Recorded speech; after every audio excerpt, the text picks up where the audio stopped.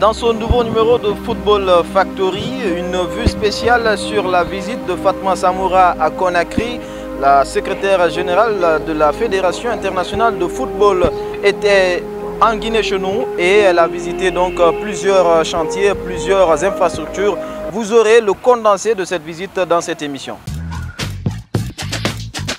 Bonjour à tous, bienvenue dans ce nouveau numéro de Football Factory.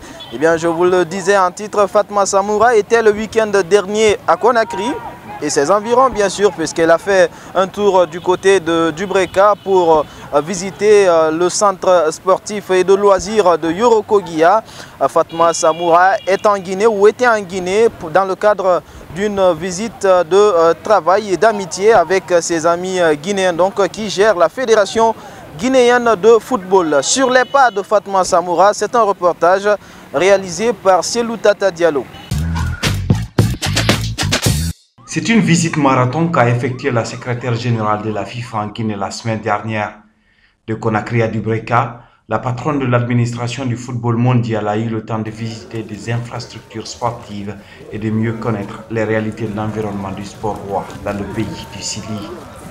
À son arrivée à l'aéroport international de Conakry, Fatma Samoura a décliné l'objet de sa visite en Guinée. Et je voulais en profiter pour discuter du développement du football africain et du football guinéen en particulier, et puis voir dans quelle mesure, à travers son programme de financement de développement, on pourrait aider la Guinée à développer ses infrastructures et à être une nation non seulement pourvoyeuse de joueurs, mais également qui peut organiser des compétitions. De là, l'invité a pris la direction de son hôtel.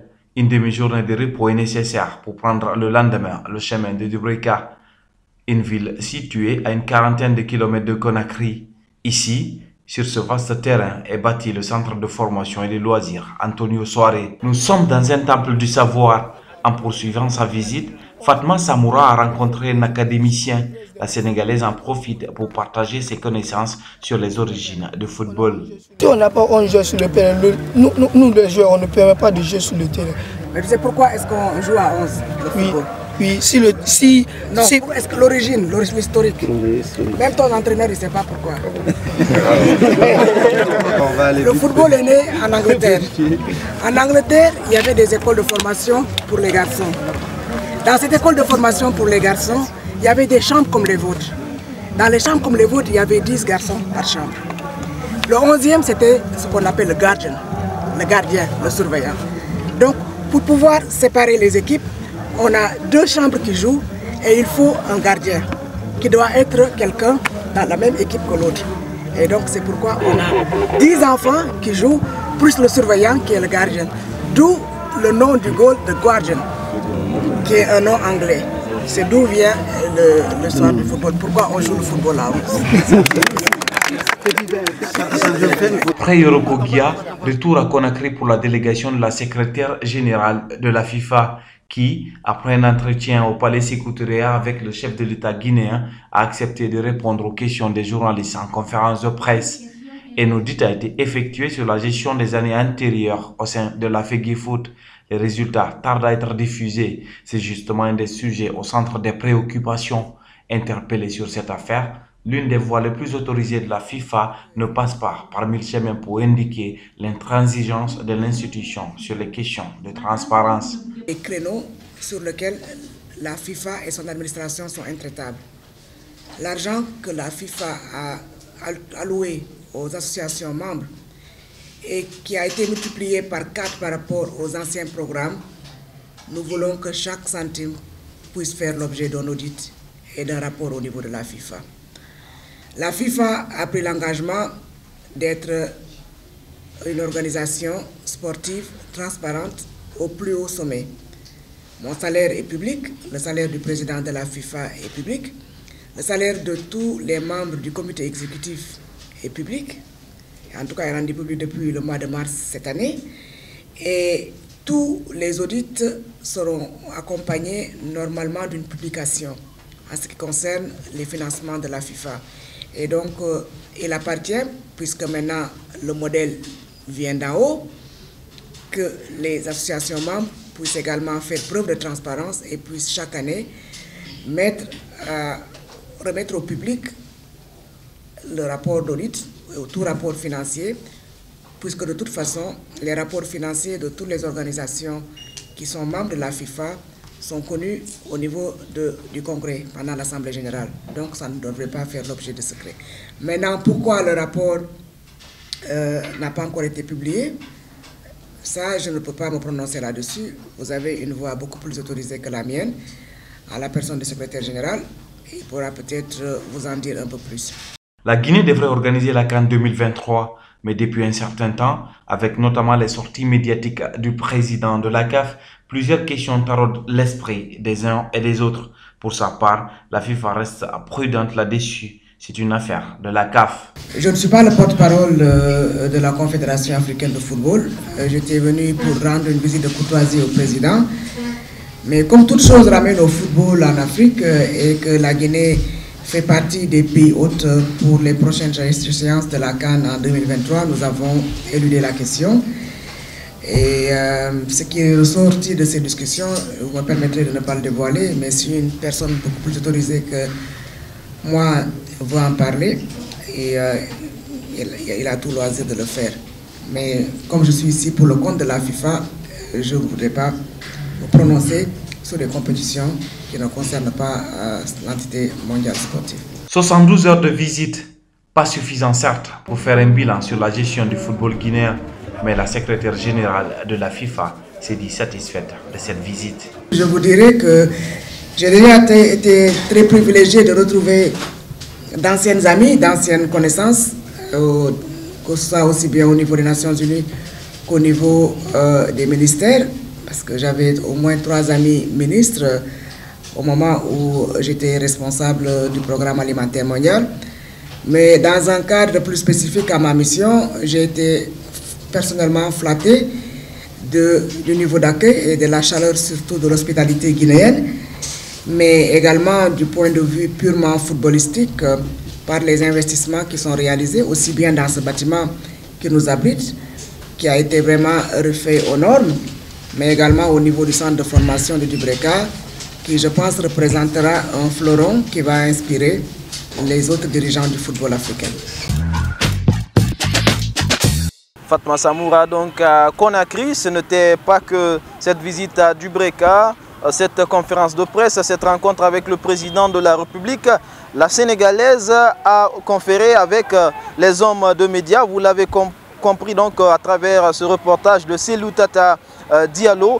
Au cours de cette rencontre, de cette conférence de presse, Fatma Samoura s'est exprimée sur cette question épineuse qui concerne le passage de 16 participants à 24 participants par rapport à la Coupe d'Afrique des Nations.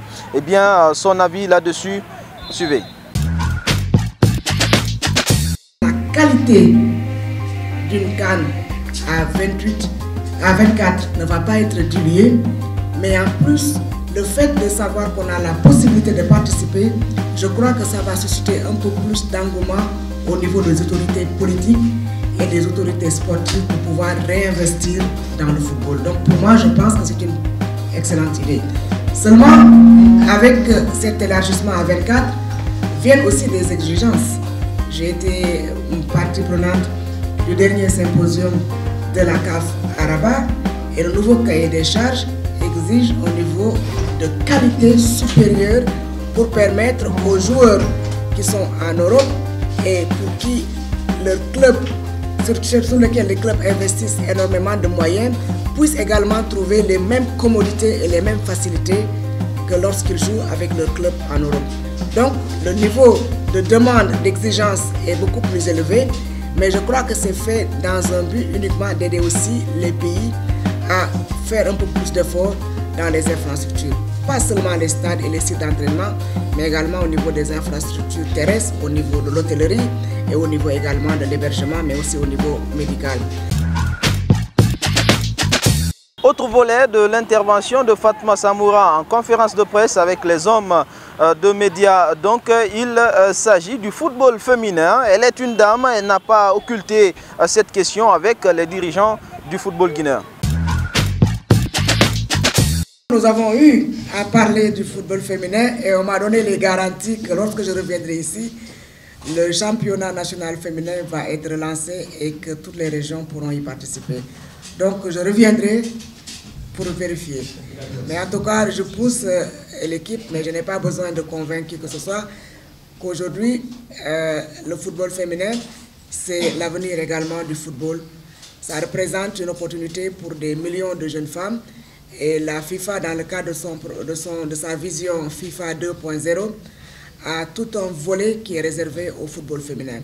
La première mouture de la stratégie pour le développement du football féminin est déjà dans ma boîte électronique et devrait faire l'objet d'une approbation au plus tard à la fin du mois d'août.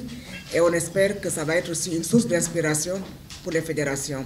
Le président Infantino a annoncé lors du congrès de Bahreïn, le 11 mai dernier, qu'il va mettre en place une ligue féminine internationale et nous travaillons d'arrache-pied pour que l'Afrique ne soit pas en reste quand cette ligue internationale. Parce qu'aujourd'hui en Afrique, le football féminin pâtit d'un manque de compétition. La Coupe du monde des femmes est jouée tous les 4 ans et entre les deux, très peu de associations membres ont des ligues sportives féminines. Même en Europe, c'est devenu un gros challenge.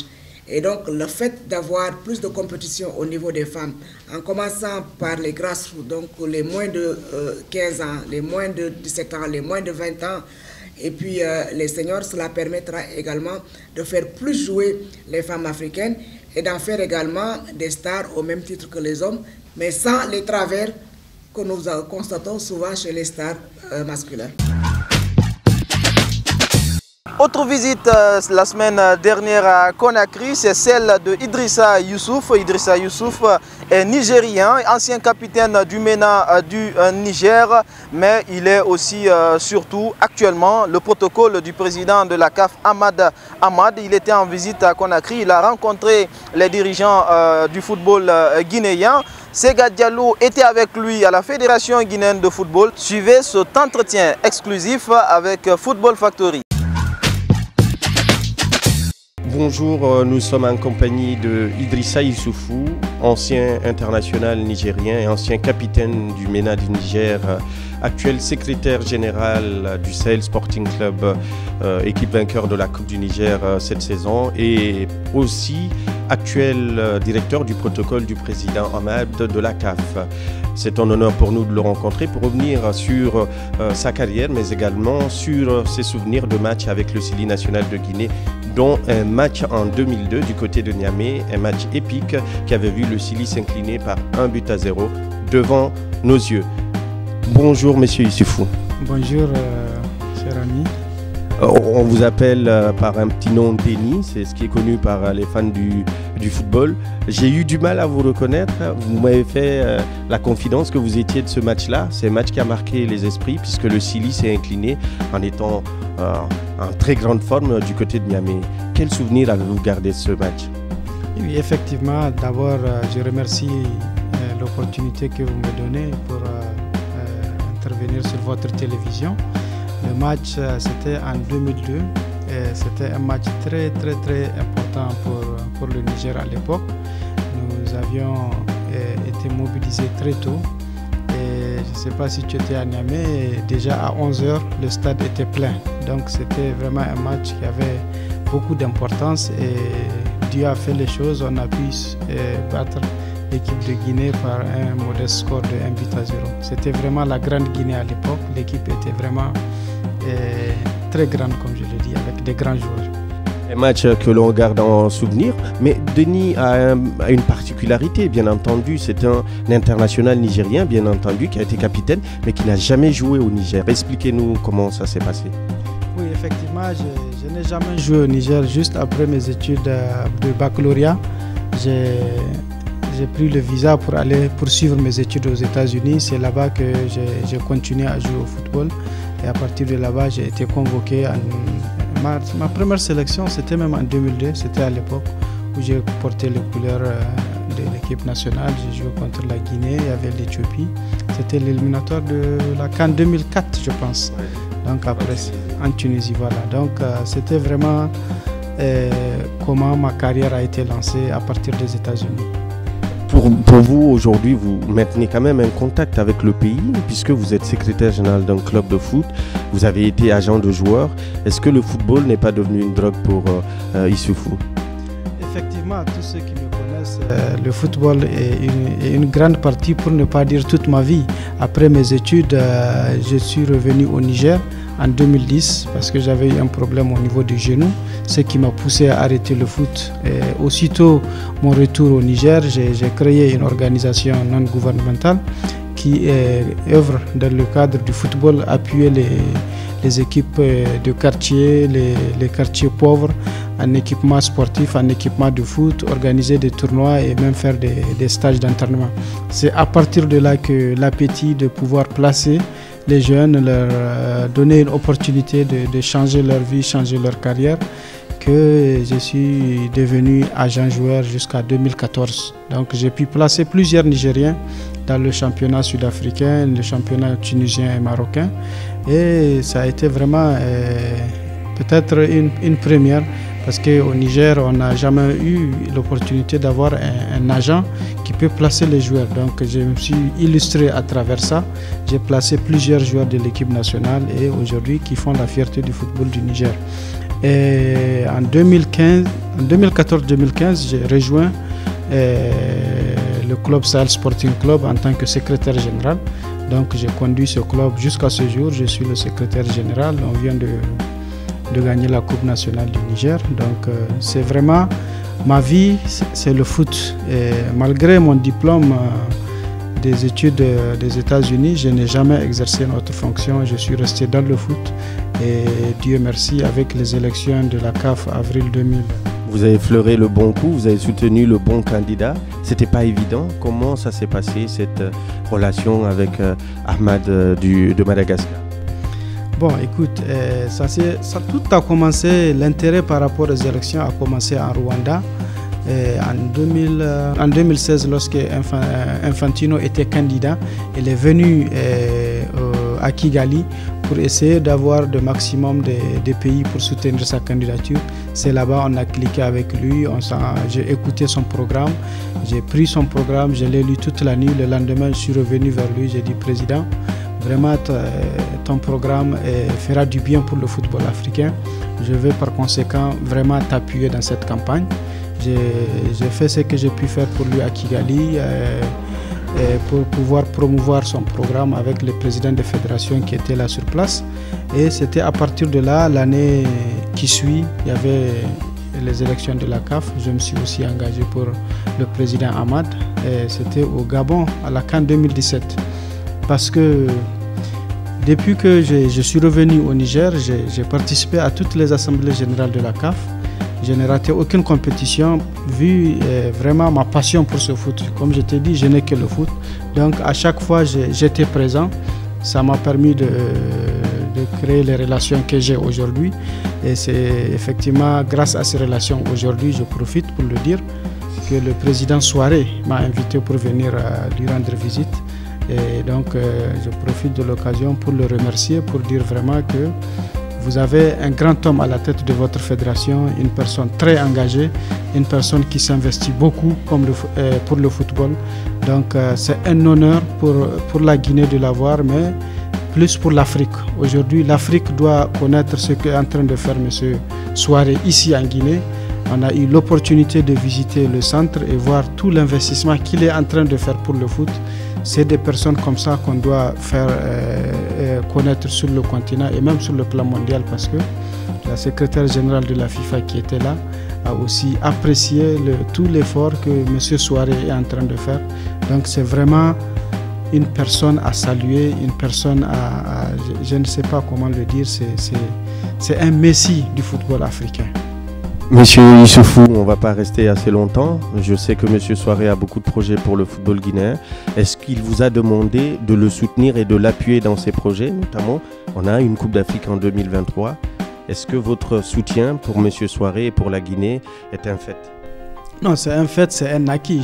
Je soutenais M. Souaré avant même de venir à la CAF. Donc aujourd'hui que je suis au niveau de la CAF, proche du président Ahmad, je continuerai à le soutenir. Et ça, j'ai déjà fait à plusieurs occasions depuis notre élection. Souaré sait aujourd'hui qu'il sait compter sur son frère. Et Inch'Allah, avec la CAN qui va s'organiser en 2023, c'est ça? Nous allons tout faire pour essayer que la Guinée puisse organiser cette CAN. Merci Monsieur Issoufou. Merci mon ami. À très bientôt. Idrissa Youssouf, donc en visite à Conakry, vous avez suivi, il est revenu sur ses années avec le MENA du Niger, lui qui a été donc capitaine de cette équipe nationale. Actuellement, Idrissa est le secrétaire général du Sahel Sporting Club, le club qui est donc vainqueur de la Coupe nationale du côté du Niger. Nous revenons cette fois-ci en Guinée, même n'étant pas sur notre territoire, on va partir au Sénégal et parler de cette défaite, de cette contre-performance donc du Sili local dirigé par Kamfori Lapé Bangoura. L'équipe de Guinée était partie donc affronter les Sénégalais, les Lions locaux. Eh bien, score final 3-1. La Guinée n'a pas pu donc faire mieux du côté du Sénégal, même si vous le constatez à travers ces images atroces, beaucoup de blessés côté guinéen. Deux de nos joueurs, notamment Sekou Amadou Kamara, ont été donc blessés malheureusement donc pour eux. Le match retour s'est joué à Conakry et vous connaissez le résultat. Nous reviendrons largement sur cette rencontre donc, qui a eu lieu au stade du 28 septembre dans nos prochaines émissions. Kamfori Lapé Bangoura, entraîneur de l'équipe locale, mais aussi entraîneur du Sili A, eh bien, le technicien guinéen a publié aussi la semaine dernière la liste de l'équipe nationale de Guinée, des joueurs donc, qui devront affronter la Libye en aller-retour. C'était donc à la Fédération guinéenne de football à l'occasion d'une conférence de presse, une liste que nous vous donnons l'occasion de découvrir à travers donc, ce tableau. Vous le voyez là, 22 joueurs exactement qui ont été convoqués donc, par Kamfori Lapé Bangoura. Gardien de but, Yatara Nabi Moussa, Kamara Aboubakar. Comme défenseur, vous retrouverez Sila Isiaga, Kamara Fodé, Koufour, donc Kondé Sekou, Keta Lonseni, Bangoura Alseni, Conté, Ibrahima Sori au milieu de terrain. Vous pourrez retrouver Baldé Ousmane qui a fait honorer sa première sélection contre la Côte d'Ivoire. Vous allez voir également Nabi Keita Deko, le joueur de Leipzig, Diallo Abdoulaye Sadio qui vient de signer à Malatya Sport en Turquie. Landel Guy Michel est dans cette sélection. Sankon Ibrahima Sori du Horea AC, Bangoura Al-Khali, Fendouno Simon, Traoré Ibrahima donc au milieu du terrain et en attaque. Pour finir, vous aurez Kamano François de Bordeaux, des Girondins de Bordeaux, Souma Sedouba Konkole, Kamara Demba Aboubakar, Doumbouya Lonsana, Lama Joël et Kamara Sekou Amadou du Horea AC, vous le savez, qui s'est blessé dernièrement, qui a vite quand même retrouvé les pelouses. Voilà, c'est ce qu'on pouvait savoir donc sur cette liste publiée par Kamfori Lapé Bangoura. A noter que lors de cette conférence de presse de publication de liste, le secrétaire général de la Fédération guinéenne de football, Ibrahima Blasco Barry, a mis en garde donc les supporters guinéens. D'abord en les informant que la Guinée a été suspendue dans un premier temps après le match contre la RDC, mais en les invitant à faire beaucoup attention lors des prochaines sorties du Sili national, notamment au stade du 28 septembre, le match aller contre la Libye. Il faut faire beaucoup attention à ne pas jeter donc des projectiles sous menace donc de sanctions de la Fédération internationale de football, la FIFA. Donc nous pourrions voir notre stade du 28 septembre suspendu de toute compétition quand on sait que c'est le seul stade homologué que nous avons actuellement en République de Guinée. Pour terminer cette émission, cette autre information, toujours au niveau de la Fédération guinéenne de football, il faut dire que des commissions permanentes ont été installées de ce côté et parmi donc les commissions qui composent ces commissions permanentes, nous allons parler de la commission média, marketing et sponsoring par exemple, où se retrouvent deux de nos confrères, Sega Diallo de Football Factory et Tanou Diallo, donc journaliste sportif de Guinée News, qui donc se retrouve dans cette commission. Cette émission a été réalisée par Alia Alama Bangoura. On se retrouve la semaine prochaine pour un nouveau numéro de Football Factory.